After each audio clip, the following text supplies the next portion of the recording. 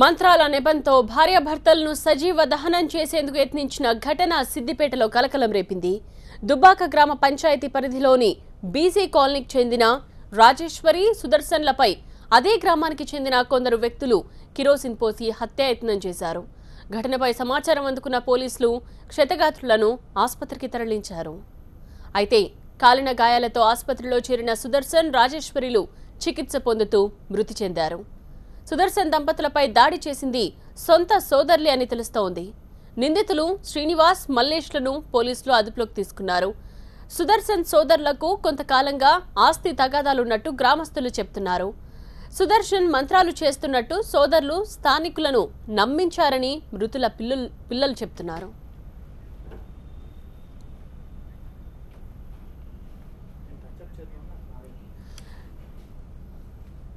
మా ప్రతినిధి స్వేచ్ఛ గాంధీ హాస్పిటల్ నుంచి మరిన్ని వివరాలు అందించడానికి సిద్ధంగా ఉన్నారు.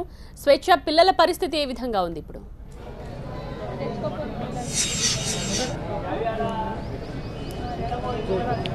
నేత్ర దుబ్బాకలో దారుణం జరిగింది. మంత్రాలు చేస్తున్నారు అన్న నెపంతో సొంత అన్నా వదినలను, ఇద్దరు తమ్ముళ్ళు అందరూ చూస్తుండగానే నడి వీధిలో పెట్రోల్ పోసి తగలబెట్టిన దుర్ఘటన జరిగింది. కేవలం మూఢనమ్మకాల కారణంగా. ఎందుకంటే అదే వీధిలో నివసిస్తున్న మరో వ్యక్తి మతిస్థిమితం కోల్పోవడంతో అక్కడ ఉన్న వీధి వాళ్ళందరినీ కూడా వీళ్ళు మంత్రాలు చేస్తున్నారు అని నమ్మించి వాళ్ళందరినీ ఉసిగొల్పి సొంత తమ్ముళ్ళే ఆస్తి కోసం దారుణానికి తెగబడ్డారు.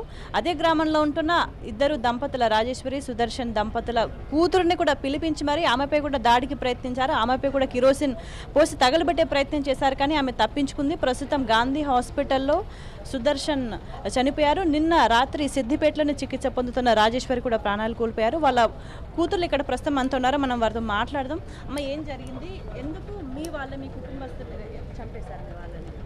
మేడం, వాళ్ళకు మా ఇల్లు జాగాల మీద తీసుకుంటామంటే మేము ఇవ్వలేదు మేడం. నా ప్రాణాలు పోయినా సరే నా పిల్లలు ఉన్నారు, నా పిల్లలకే కావాలి ఇది అని మా నాన్న ఇవ్వనని చెప్పిండు. ఇది వరకు పెద్ద మనుషులైంది, పోలీస్ స్టేషన్లు అయినాయి. అన్నయ్యని సంవత్సరం కింద కూడా బాగా కొట్టిర్రు. బాగా కొట్టి పడేసినా కూడా మేము పెద్ద మనుషుల దగ్గరికి పోయి గిట్లా చేస్తుర్రనంటే మీరు స్టేషన్కి పోయినందుకు మీదే తప్పని పెద్ద మనుషులు మాదే తప్పు చేసిర్రు మేడం. మిమ్మల్ని ఇప్పటికిప్పుడే పెట్రోల్ పోసి తగలబెడతామని సంవత్సరం కింద పోయిన 5వ నెలల ఇట్లనే చేసిర్రు మేడం. 5వ నెల 6వ నెలల ఇంకా సంవత్సరం కూడా అవుతలేదు మేడం. అప్పుడు ఎట్లనో తప్పించుకొని బతికినాము అనుకుంటే మళ్ళీ పెద్ద మనుషులలో తీర్పు వేసుకొని మీ అంతలో మీరు మా అంతలో మేము అనేది పెద్ద మనుషులు మాట్లాడి మీరు గోడ పెట్టుకోరని వాళ్ళకి చెప్తే వాళ్ళు పక్క నీళ్ళు మేడం. వాళ్ళు గోడ పెట్టేసుకున్నారు. గోడ పెట్టేసుకున్నాక వాళ్ళకు మాకు ఎలాంటి సంబంధం లేకుండా ఉన్నాం. పొత్తుల ఇల్లు కూడా నిన్న మొన్న ఏం జరిగింది చెప్తున్నా మేడం. పొత్తుల ఇల్లు కూడా మీరే తీసుకొని మాకు అవసరం లేదు, నా పిల్లలకు నాది ఉంటే చాలు అని అన్నాడు. ఇక అది అప్పటికే ఇడిచిపెట్టేసినాం. మొన్న రాత్రి 10 గంటలకు మా నాన్న తినేసి పడుకున్నాడు. పడుకున్నాక వేరే ఎవరికో మతిస్థిమితం తప్పి అతను చెట్లు పట్టుకొని ఉరుకుతుండు భార్యని తిట్టి. అక్కడ మా తమ్ముడు, మా అమ్మ కూడా అందరితో పాటు నిలబడి చూసింది. అక్కడ తనకేం చెప్పిరో మాకు తెలియదు. అతను మీరే చేసిర్రు, వారు ఎవరిని చంపమంటావని మా తమ్ముని దగ్గరికి వచ్చి ఇగో ఈయననే చేసిండు, ఇగో ఈమెనే చేసిందని మా అమ్మ దగ్గరికి వచ్చి పైన పడుకున్న మా నాన్న దగ్గరికి పోయి గల్ల పట్టేసరికి మా అమ్మ ఉరికి నువ్వు చచ్చిపోతున్నావు లేవు అనేసరికి మొత్తం మంది ఒక 7-8 మంది మేడం రాడ్లు, కట్టెలు, రౌతులు అన్నీ పట్టుకొని వచ్చి ఇట్లా మీదకి ఎక్కుతుర్రు. మా అమ్మ ఆడ మనిషి కాబట్టి మొగోళ్ళు పైకి రావద్దని అడ్డం 2 మెట్లు దిగింది. ఇనుప రాడ్తో కాలు మీదకి వెళ్ళి కొడితే కాలు బాగా దెబ్బ తాకింది మేడం. కాలు నడవస్తలేదు. ఇక మరి మీద దిగిపోయారు. వాళ్ళు కొట్టిరు, దిగిపోయారు 2-3 దెబ్బలు మా అమ్మని. పోయిన తర్వాత కాలు నడవత్తలేదు, మళ్ళీ ఎక్కుడు దిగుడు వద్దు అని కిందికి దిగేసి వాకిట్లో కూర్చురు మేడం. 4:30-5 దాకా కూర్చున్నారు. నాకు కొంచెం నిద్ర వస్తుందని మా అమ్మ, మా తమ్ముడు ఇద్దరు కలిసి ఇట్లా పడుకురు మేడం. మా నాన్న బయటనే కూర్చున్నాడు. అక్కడ కొత్తగా ట్యాంక్ కడుతురు. అక్కడ కొంచెం చల్లదనం ఉంటుంది. నాకు మనసును వాడతలేదని అటు సైడ్ వేయండి మేడం. మా నాన్న వీళ్ళు మా పక్కనే ఉంటే కొంచెం దూరాన వేయండు మా నాన్న. అక్కడ కుక్కలకి ఇట్లా ఎంట పడతాయని కట్టె పట్టుకొని పేయండు.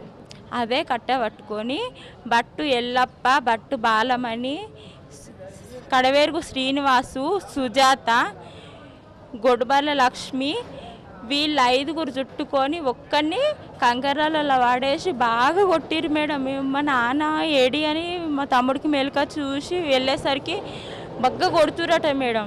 కొడుతుంటే వాళ్ళందరినీ దుల్పరించుకొని మా నాన్నని ఇంట్లోకి తీసుకొచ్చి నాకు ఫోన్ చేసిండు మేడం. నాకు ఫోన్ చేస్తే 6 అవుతుంది. నేను ముస్తాబాద్లో ఉంటా. అక్కడి నుండి ఇక్కడికి వచ్చిన మేడం. నేను ఇక్కడికి వచ్చిన తర్వాత గిట్ల ఎందుకు చేసిరు, మనుషులా కాదా, పానాలు తీస్తారా అని నేను అన్నా మేడం. అనేసరికి గల్లీలో ఉన్న వాళ్ళందరినీ పోగు చేసుకొచ్చింది. వీళ్ళు మంత్రాలు చేసి చంపుతారట, మిమ్మల్ని ఏమో తిడుతుర్రు అని మొత్తం మందిని పోగు చేసుకొచ్చి నన్ను, నా భర్తని, అమ్మను, నాన్నను, మా తమ్ముడిని అందరినీ పొట్టు కొట్టిరు మేడం. మొత్తం దెబ్బలే. ఏంది మేడం ఇగో చూపెట్టుకోరాని ప్లేస్లల్లో కూడా మొత్తం ఇగో కామిలిపోయినాయి మేడం. మొత్తం దెబ్బలు కొట్టిర్రు. చెప్పుకోరాని ప్లేస్లల్లో కూడా ఉన్నాయి మేడం. ఇవన్నీ మొత్తం కాళ్ళతో దొక్కి పెట్టిరు మేడం, కింద పడేసి. ఆయన కూడా మేము చచ్చిపోతాం, మీ దెబ్బలు మేము పడలేము, మేము ఏ తప్పు చేసినామో చేయలేదో దేవునికి ఎరక, మేము ఇక్కడ నుంచి వెళ్ళిపోతాము అని కాళ్ళు మొక్కినా కూడా వాళ్ళు కొంచెం కూడా కరగలేరు మేడం. బాగా కొట్టుడు భరించలేక ఆటోకల్ని మీటోకల్ని వాడేసుకుంటూ తొక్కుకుంటూ కొడుతురు మేడం. ఇనుపరాడ్లు, కట్టెలు, పార పట్టుకొని ఉరికొస్తుంటే మా అమ్మ మీదకి నేను అడ్డం పోయినందుకు మేడం చేతి కొట్టుకుపోయింది. మూఢనమ్మకాలు ఎంత దుర్మార్గాలకు పాల్పడేలా చేస్తున్నాయి మనుషులు అనడానికి ఈమెకు జరిగిన గాయాలే నిదర్శనంగా కనిపిస్తున్నాయి. అంటే తల్లిదండ్రులను చంపడానికి ప్రయత్నిస్తుంటే అడ్డు వెళ్ళినందుకు మహిళలకు చెప్పరాని చోట్ల మనకు మొత్తం కమిలిపోయి మనకు ఒంటి నిండా గాయాలు కనిపిస్తున్నాయి. ఎప్పుడు తీసుకెళ్ళి చెట్టుకు కట్టేసేదంతా జరిగింది? నిన్న అట్లనే నా భర్త తప్పించుకొని పోయిండు. వాళ్ళ దాంట్లోకి తప్పించుకొని పోయి స్టేషన్కి పోయి కంప్లైంట్ ఇచ్చి వాళ్ళని తోలుకొని వచ్చిండు మేడం. తోలుకొని వచ్చిన తర్వాత వాళ్ళు ఏమన్నారు, మీరు ఉంటే బతకరు, స్టేషన్కి రారి, నేను చూసుకుంటా, కంప్లైంట్ ఇయ్యరని అంటే పోయినాం మేడం. వాళ్ళు అక్కడ దగ్గర ఉండే మమ్మల్ని ఆటో ఎక్కించి స్టేషన్కి పోయి కంప్లైంట్ ఇచ్చినాం మేడం. కంప్లైంట్ ఇచ్చిన తర్వాత వాళ్ళు సర్కారు దవాఖానలకు రాసిచ్చారు. మేము అక్కడ ట్రీట్మెంట్ తీసుకుంటుండగా మా బాపు వాళ్ళ తమ్ముడు కడవేరుగు మల్లేశం వచ్చి, మీరు కేసు వాపస్ తీసుకోకపోతే మిమ్మల్ని ఎప్పుడో చంపుతా, వారం రోజులలో మీరు అందరు శవాలయ్యి వెళ్తారు, మీరు కేసు వాపస్ తీసుకున్నారంటే మీకు ఏం కాకుండా నేనుంటా, జిమ్మదారిని స్టేషన్లో సంతకం పెడతా అనేసి చెప్పి మమ్మల్ని కేసు వాపస్ తీసుకుంటట్టు చేసిరు మేడం. కేసు వాపస్ తీసుకుంటామని స్టేషన్లో వాళ్ళ కాళ్ళు మొక్కినాము, అన్ని దండం పెట్టినాము. సరే అమ్మ తీసుకుంటే మంచిదే అని వాళ్ళు వదిలేసిన తర్వాత మేము గవర్నమెంట్ హాస్పిటల్కి పోయి మందులు తీసుకున్నాము. మందులు తీసుకొని ట్రాలీ ఆటో మాట్లాడుకొని ఇంటికి వచ్చినాం మేడం. ఇంటికి వస్తే మళ్ళీ అతను మతిస్థిమితం లేనాయన మళ్ళీ మా మీదకి వచ్చిండు మేడం. ఇంటికి రాగానే నువ్వు మళ్ళీ ఏమో చేస్తున్నావు, ఆయనకు పచ్చబొట్లు పెట్టిరు, ఏమో తయారు చేసిరు మేడం. ఇంటికి మేము వచ్చేసరికి ఆయన ఇంటికి వచ్చి మీరే ఎత్తురు, ఎవరిని చంపాలని మమ్మల్ని అడుగుతుండు మేడం. ఎవరిని చంపాలని మమ్మల్ని అడిగితే మేమేం చెప్తాం మేడం, మాకే పాపాలు తెలియదు అని నేనన్నా. అంటే మీకు ఎందుకు తెలియదు, మిమ్మల్ని ఇప్పుడు చంపే తీరుతామని నన్ను, మా అమ్మను మొత్తం బట్టలు ఇప్పేసి కొట్టిరు మేడం. పే మీద బట్టలు లేకుండా కొట్టిరు మొత్తం. అట్లనే కొట్టుకుంటూ గొరగొర గుంజుకపోయి స్తంభాన్ని కట్టేస్తుంటే నేను అడ్డం పోయినా మేడం. అడ్డం పడుతుంటే పైపులతోటి, కట్టెలతోటి ఎవరు అడ్డు రాలేదు. కనీసం మిమ్మల్ని ఇంత దారుణంగా కొడుతుంటే, ఇంత చేస్తుంటే మీ గ్రామం చెప్పిరు మేడం, మీకు అందరికీ వీళ్ళే ఎత్తురని అందరికీ చెప్పిరు మేడం. వాళ్ళకి డబ్బులు ఇచ్చిరా, ఏమి ఇచ్చిరు మాకు తెలియదు.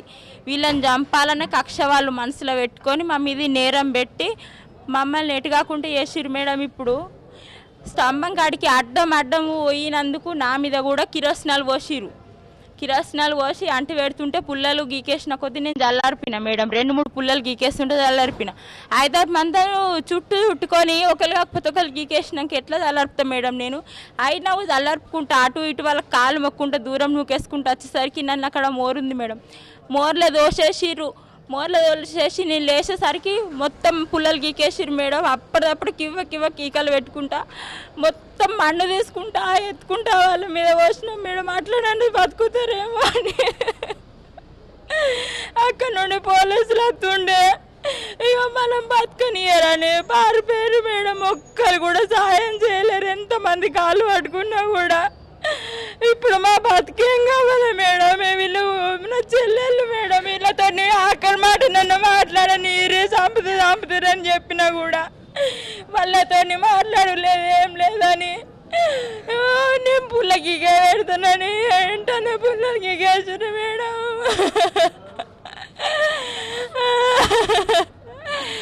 పోలీసులు వచ్చి అంబులెన్స్లో తీసుకుపోయారు మేడం. ఆడ ట్రీట్మెంట్ చేసిరు.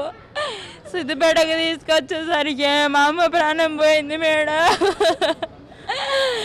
మా నాన్న కొనుపురితోటి ఉంటే సిద్దిపేట నుంచి ఇక్కడ దాకా పంపించారు మేడం. ఇక్కడికి వచ్చేసరికి మా నాన్న కూడా చనిపోయిండు మేడం. ఇప్పుడు మా బతికేం కావాలి? తల్లి లేని తండ్రి లేని పిల్లల్ని చేసిర్రు. నలుగురికి దిక్కులేని వాళ్ళని చేసిర్రు మేడం. మాకు అవ్వలేరు.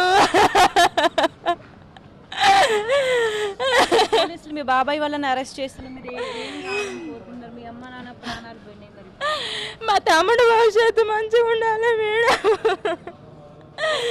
మా ముగ్గురు అక్కలకు ఒక్కడే తమ్ముడు, వాడన్న మంచిగా ఉండాలి మేడం. ఇంత దుర్మార్గమైన సంఘటన జరిగింది అని అంటే నిజంగా కేవలం మూఢనమ్మకాలు, మంత్రాలు చేస్తున్నారు అన్న నెపం కారణంగా ఇద్దరు వ్యక్తులు ప్రాణాలు కోల్పోవాల్సి వచ్చింది. ఇద్దరు మహిళలను వివస్థలు చేసి అంతా కొడుతున్నా కూడా ఎవరు కూడా అడ్డుపడని పరిస్థితి. అంటే మూఢనమ్మకాలు ఎంత దారుణంగా ఉన్నాయో మనం అర్థం చేసుకోవచ్చు. అంటే అందరూ కలిసి వీధిలో చూస్తుండగా అంటే ఇటువంటి సంఘటనలు తరచూ జరుగుతున్నాయి, కానీ వీటికి ఫుల్ స్టాప్ పెట్టడం ఎట్లా అనేది ఇవాళ కేవలం మూఢనమ్మకాల కారణంగా ఇద్దరు వ్యక్తులు ప్రాణాలు కోల్పోయారు. అంటే మూఢనమ్మకాలను నెపంగా పెట్టుకొని ఇద్దరు వ్యక్తులు ప్లాన్ చేసి, మరి మీ వాళ్ళే ప్లాన్ చేసి మా వాళ్ళే ప్లాన్ చేసారు మేడం. మా బాబాయిలు ఇద్దరు, మా చిన్న బాబాయ్ భార్య, చిన్న బాబాయ్ కొడుకు, పెద్ద బాబాయ్ కొడుకు. పెద్ద బాబాయ్ మల్లేశము, తన కొడుకు రాజు. చిన్న బాబాయ్ శ్రీనివాసు, తన కొడుకు శివకుమారు, తన భార్య సుజాత. బట్టు ఎల్లప్ప, బట్టు బాలమణి, సూరము బాలరాజు, గొడ్డుబల్ల లక్ష్మి.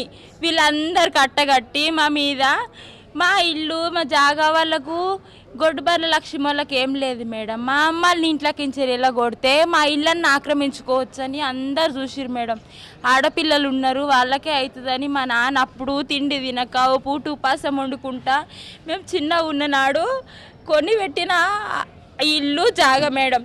అది మాకు కాకుండా చేయాలని చంపుతామని అంటేనే ఇవి చంపినా బతికినా ఎప్పుడైనా పోయేటోళ్ళమే. నా పిల్లలకు అన్యాయం కావద్దని అట్లా సాగుకైనా పాల్పడరు మేడం వాళ్ళు. అంటే మూఢనమ్మకాలు మనుషులు ఎంత మూర్ఖంగా తయారు చేస్తున్నాయి అనడానికి దుబ్బాకలో జరిగిన ఘటనే మనకు నిదర్శనంగా కనిపిస్తుంది. కేవలం మూఢనమ్మకాల కారణంగా ఇద్దరు వ్యక్తులు ఆస్తి కోసం ఎంత ప్లాన్ చేసిన కారణంగా వీధిలో ఉన్న వ్యక్తులంతా, ఒక వ్యక్తి గల్లీలో ఉండే ఒక వ్యక్తి మతిస్థిమితం కోల్పోతే మంత్రాలు చేస్తున్నారు అని చెప్తే వాళ్ళంతా నమ్మి, అంటే కళ్ళెదుటే మానవత్వం నశించి వాళ్ళని పూర్తిగా కిరోసిన్ పోసి తగలబెట్టి కొట్టి చంపుతుంటే కూడా ఏమీ చేయలేని దుస్థితిలో ఉందంటే అంటే భావజాలం ఎంత దుర్మార్గంగా ఉంది, ఎంత నీచంగా ఉంది. కనీసం మానవత్వం కోల్పోయి ఇంగిత జ్ఞానం కూడా కోల్పోయేటట్టు మూఢనమ్మకాలు చేస్తున్నాయి. మరి అక్కడ ఉండే ప్రజలు ఏం చేస్తున్నారు, నిజంగా వాళ్ళని మేల్కొల్పాల్సిన వాళ్ళు ప్రభుత్వాలు ఏం చేస్తున్నాయి, వాళ్ళకి ఎటువంటి బాధ్యత తీసుకుంటున్నాయి, మూఢనమ్మకాల వల్ల ఇంకా మరికొంతమంది ప్రజలు బలి కాకుండా అనేది ఒక క్వశ్చన్ మార్క్గా కారింది. ఇప్పుడైతే ఇద్దరి ప్రాణాలు కోల్పోయాయి. ఇటువంటి ఘటనలు మళ్ళీ పునరావృతం కాకుండా చర్యలు తీసుకోవాల్సిన అవసరం ఎంతైనా కనిపిస్తోంది. ఎస్, థ్యాంక్ యూ స్వేచ్ఛ. డబ్బు కోసం, ఆస్తి కోసం సొంత వాళ్లే ఇంత ఘాతుకానికి ఒడిగట్టారు. ఆస్తి తగాదాలే కారణమైన చేతబడి నెపంతో దంపతుల్ని సజీవ దహనం చేశారు. తల్లిదండ్రులు ఇద్దరు సజీవ దహనమైపోయారు. చికిత్స పొందుతూ తండ్రి చనిపోయాడు. ఇక తల్లి కూడా సజీవ దహనం అయిపోయింది. ఇక పిల్లల పరిస్థితి ఏంటి అన్న చూడాలి. తమ్ముడు పరిస్థితి విషమంగా ఉంది, ఆసుపత్రిలో చికిత్స పొందుతున్నాడు. తను కోలుకోవాలని ఇప్పుడు వారి సోదరిమణులు ఆవేదనతో వ్యక్తం చేస్తున్న దృశ్యాలు అందరినీ కలిసివేస్తున్నాయి. ఏసీపీ నరసింహారెడ్డి ప్రస్తుతం మనకు అందుబాటులో ఉన్నారు ఈ ఘటన గురించి మాట్లాడడానికి. ఏసీపీ గారు ఏం చెప్తారండి ఈ కేసు గురించి? మీకు ఎప్పుడు తెలిసింది? కంప్లైంట్ ఇచ్చారా? ఎవరైనా అదుపులోకి తీసుకున్నారా? నిన్న ఈవినింగ్ మాకు 6:15 మాకు కంప్లైంట్ వచ్చిందండి. నిన్న ఈవినింగ్ ఇమ్మీడియట్ మేము రష్ అయినాము. తర్వాత ఇమ్మీడియట్ వాళ్ళని హాస్పిటల్లో అడ్మిట్ చేయించాము. ఆ తర్వాత వాళ్ళు బెటర్ ట్రీట్మెంట్ కోసం మళ్ళీ సిద్దిపేట టు హైదరాబాద్ పంపించామండి. సో రాత్రి వాళ్ళు ఇద్దరు కూడా చనిపోవడం జరిగింది. సో ఇమ్మీడియట్ మేము సెక్షన్ కూడా ఆల్టర్ చేసాము. ఇమ్మీడియట్ గా అక్కడ పికెట్ కూడా ఏర్పాటు చేసాము. ఇప్పుడు అంతా కంట్రోల్లో ఉందండి. సో అందరినీ కొంతమంది అదుపులో తీసుకున్నామండి, విచారిస్తున్నామండి ఈ కేసులో. రైట్, థ్యాంక్ యూ ఎస్పీ గారు. సో చేతబడి నెపంతో దంపతుల్ని సజీవ దహనం చేసిన ఘటన కలకలం రేపుతోంది. దుబ్బాకలో జరిగింది ఈ దారుణం. ప్రస్తుతం వారిని అదుపులోకి తీసుకుని విచారిస్తున్నట్టుగా ఏసీపీ చెప్పారు.